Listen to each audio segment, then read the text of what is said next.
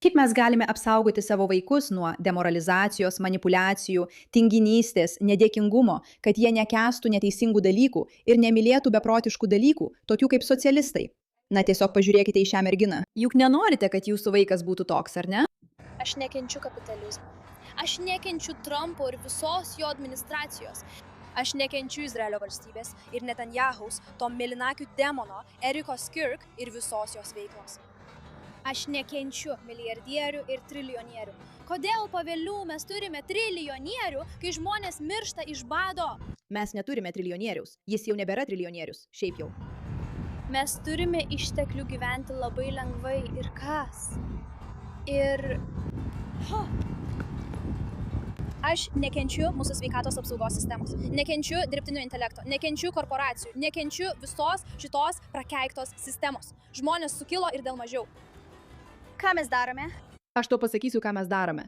Tu pasiduodi visoms manipuliavimo taktikoms internete. Ką aš turiu omenyje? Tu pasimovi ant visų jų. Tu nenori triljonierių, tu nori socializmo. Tu nekenči Izraelio, tu nekenči Erikos Cook, tu nekenči Trumpo, tu netiki dirbtiniu intelektu. Pažodžiui, viskam, kas padeda ir palaiko Amerikos bei vakarų priešus, ši mergina pasidavė. Ir ji ne tik pasidavė tam, bet dar ir skundžiasi, kaip viskas sunku ir gyvenimas turėtų būti lengvas, nors akivaizdu, kad jos gyvenimas yra neįtikėtinai lengvas, nes ji gyvena šiandieninėme pasaulyje. O jei ją grąžintume 300 metų atgal, ji suprastų, koks iš tikrųjų buvo sudėtingas gyvenimas.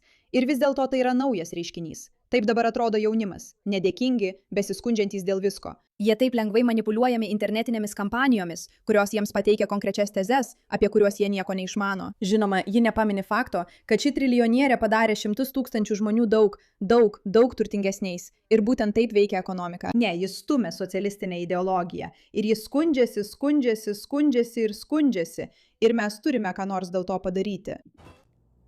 Ši moteris akivaizdžiai nestabili, ji turi pasitraukti į foną. Ji grįžta, ji tokia susinervinusi ir pikta, kad tiesiog negali stovėti vietoje. Ji turi pabėgti, mojuoti rankomis. Noriu pasakyti, su kai kuriais iš šių jaunesnių žmonių tikrai kažkas negerai. Ir jei pažiūrėsime į jos profilį, štai čia, ir ji turi visus masinio indoktrinavimo požymius. Savo aprašyme ji turi Palestinos vėliavą. Jei jos profilį pažiūrėsite telefone, pamatysite, kad ji savo aprašyme pridėjo pageidaujamus įvardžius. Nustebino? Tai tiesioginė prasme taip, kai pamatai žmogų, kuris tai turi, žinai, kad jis yra žemo intelekto. Tai lengviausias žemo intelekto testas. Arba jie priklauso islamistų grupiai, kuri bando perimti valdžią, arba jie yra kvaili kairieji, kurie patikėjo islamistų manipuliavimo taktikomis. Žemo intelekto žmonės, arba tie, kurie dėl kažkokių priežasčių įsivėlė į tą, žinote, žemo intelekto neapykantos žydams reikalą, kas taip pat yra nuobodu ir vargina. Visi jie telpa į tą pačią kategoriją, nors atrodo labai skirtingai, jais lengvai manipuliuojama. Ir iš tiesų, kai tai matau, ar jie tokie, pagalvoju, žemas intelektas.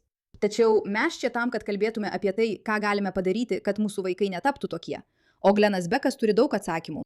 Jūs tai pamatysite. Beje, sveiki atvykę į Pushback. Aš esu Meira K, jūsų vedėja. Nepamirškite paspausti prenumeratos mygtuko, kad palaikytumėte mus. Netrukus turėsime įdomų pranešimą, tad būkite dėmesingi. Dabar jūs esate judėjimo dalis. Judėjimo, kuris siekia pasipriešinti beprotybei ir ypač žiniasklaidos manipuliacijai, kuri atrodo veikia vis daugiau kvailų žmonių.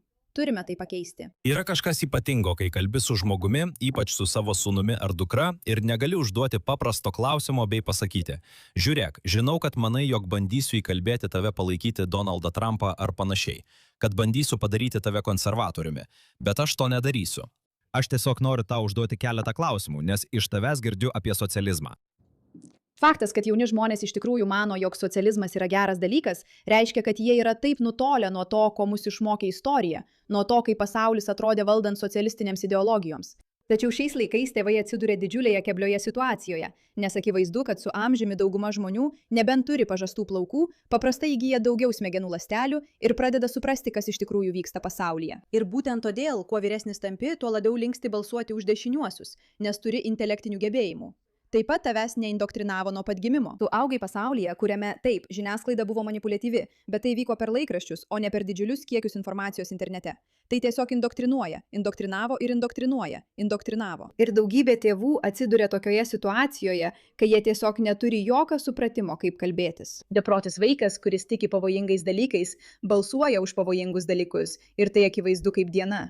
Todėl aš tiesiog noriu užduoti jums keletą klausimų. Ir jei jums pasidarys nepatogu, tiesiog padarykime trumpą pertrauką, pasijuokime iš ko nors ir tada grįšime prie to.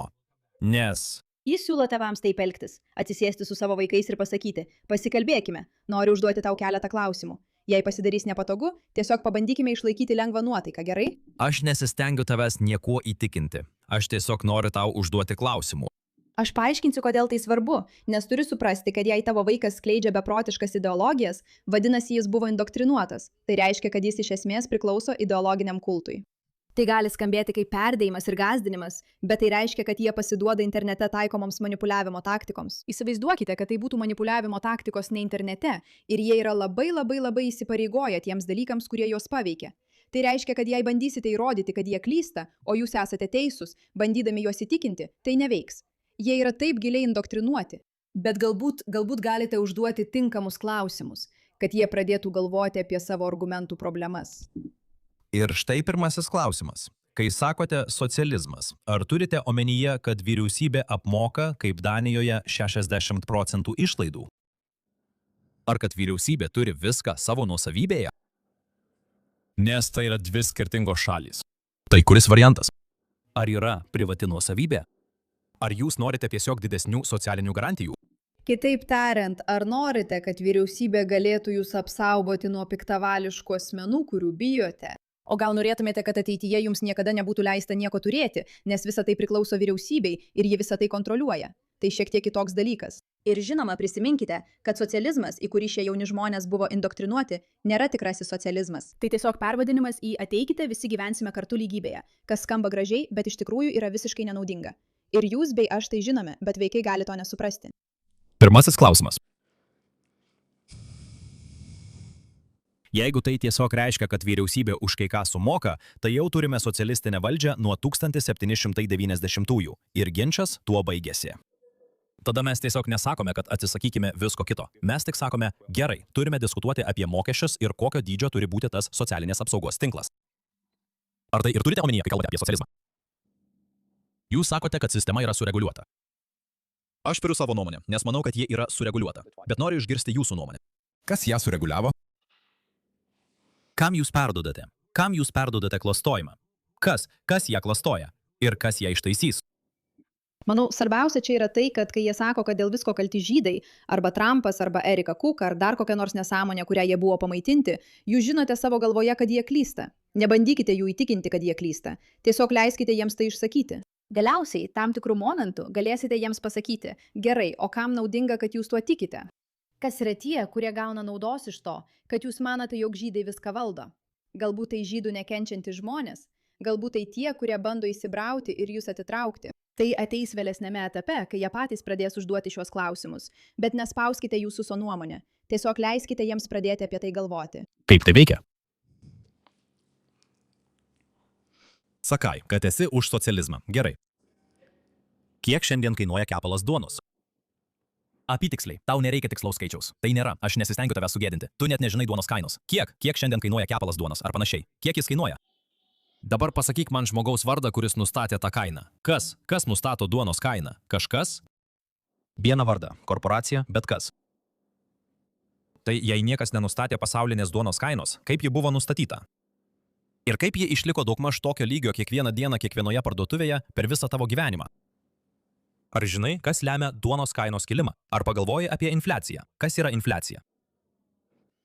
Tai klausimai, kurie privers jūsų vaiką suprasti, kad reikia daugiau domėtis. Svarbiausia čia nėra įtikinti juos vieno pokalbio metu.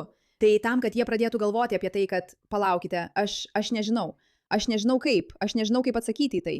Kodėl aš nežinau, kaip atsakyti į tai? Dabar, jei, dėja, jūsų vaikas turi labai žemą intelekto koeficientą, jie tiesiog supyks ant jūsų už tai, kad uždavėte tą klausimą, kuris juos priverčia jaustis nepatogiai. Bet jei jie iš tikrųjų turi šiek tiek sveiko proto ir pasitiki jumis bei gerbia jūs, tuomet šie klausimai juos gali sudominti. Tai nereiškia, kad jie nereaguos gindamiesi. Tai nereiškia, kad jie neįsitrauks į pokalbį. Tačiau jūs norite pradėti diegti jiems dalykus, kurie paskatintų juos pačius susimastyti, ką aš čia praleidau. Kodėl aš, kai jie kalba apie išlaikymą, kodėl aš nežinau, kaip nustatoma duonos kaina? Tai tikrai keistas dalykas, kurio aš nežinau. Ar galite įvardyti bent vieną šalį, kurioje valstybė perėmė gamybos priemonės ir vargšai tapo turtingesni? Ir aš nesistengiu gudrauti, noriu pavyzdžio ir priimsiu geriausią, kokį turite. Bet kur yra ta vieta, kur vargšai tapo turtingesni? Pažiūrėkime į tai. Kai vyriausybė viską perima į savo rankas ir bando kontroliuoti, ar tai iš tikrųjų padeda tiems žmonėms, kuriems jūs bandote padėti? Taip, žinoma, tai sustabdo turtinguosius nuo dar didesnio praturtėjimo. Puiku, tai kaltinimų žaidimas, bet tai nepadaro vargšų turtingesniais. Svarbu, nes jiems sakoma, kad tai yra sprendimas tiems, kurie yra vargšai. Ir prisiminkite, kad to esmė yra jų baimė, jog jie visada liks vargšais, kad būtent jie kenties nuo šių blogų vyriausybių. Ir ką jūs bandote jiems parodyti, tai palaukite minutėlę, vyriausybės gali būti dar blogesnės, nei jums buvo sakyta, tik ne taip, kaip jūs iki šiol tikėjote. Kai atsidaro siena, bet kuri siena, bet kuriame dešimtmetyje, šioje šalyje, kuria kryptimi žmonės bėga. Kas pastatė sieną ir į kurią pusę buvo nukreipti ginklai? Tai tikrai įdomus klausimas, kuria kryptimi bėga žmonės. Kodėl šie žmonės, kuriuos taip stengiatės apsaugoti nuo išsiuntimo iš savo šalies, nori atvykti į jūsų šalį? Ar jūsų šalis galbūt yra geresnė, nei jums buvo sakyta? Tai labai geras klausimas. Aš žinau, kad viskas blogai. Taip ir yra. Ir aš to neneigiu. Taip ir yra.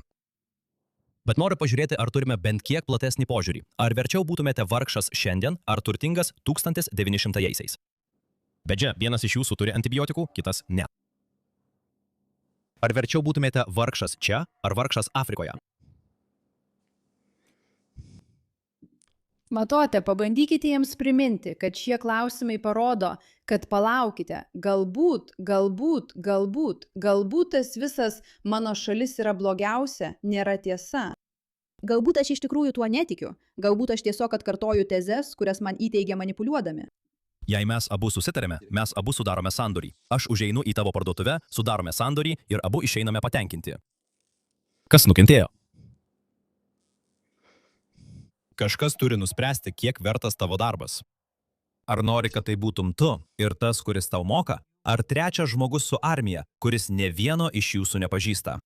Užduok šios klausimus savo vaikams ir tiesiog pabandyk racionaliai pasikalbėti bei jų klausytis. Nebandyk jų ko nors mokyti. Klausyk jų, užduok klausimus ir klausyk. Tai yra esminis dalykas. Klausyk jų, neprimetinėk jiems savo požiūrio. Mes žinome, kad yra tikimybė, jog jūs tikriausiai esate teisūs, bet jūsų vaikas nenori girdėti, kad jūs esate teisūs. Ir jūsų vaikas nenori pripažinti, kad jūs esate teisūs, ypač jei jie yra pikti ir įsiutę ant sistemos. Jums reikia, kad jie patys pamažu suprastų, jog galbūt jie klydo ir kad galėtų pereiti tą procesą su nuolankumu. Paskutinis dalykas, kurio nori jaunas vaikas, yra pasakyti, dėl visko, dėl ko su jumis ginčijausi, aš klydau, o jūs buvote teisūs. Ir atsiprašau, taip vaikai neveikia, jie turi išdidumo ir ego. Todėl nenorite jų įstumti į kampą, kur jie atsisako pripažinti tiesą, vien tam, kad jums prieštarautų. Tai blogiausia, ką galite padaryti. Bet jei jų klausysite ir leisite jiems patiems suprasti, kad kažkas negerai, ta mintis ilgainiui gali daug ką pakeisti. Vėlgi, nesiginčykite. Jūsų tikslas – turėti racionalų, pagrįstą pokalbį, kad galėtumėte išgirsti, kokia jų pozicija ir ar jie vis dar gali mąstyti. Galite paprieštarauti ir paklausti, ar pagalvoja apie tai, arba užduokite paprastą klausimą pagal jų atsakymą. Sakykite, aš tik bandau suprasti, ar turiu omenyje X, Y ir Z. Pasikalbėkite apie tai su savo vaikais. O vėliau šią savaitę pakalbėkime apie tai. Paskambinkite man ir papasakokite, kaip sekėsi tas pokalbis su jūsų vaikais. Tiesiog užduokite jiems tos klausimus.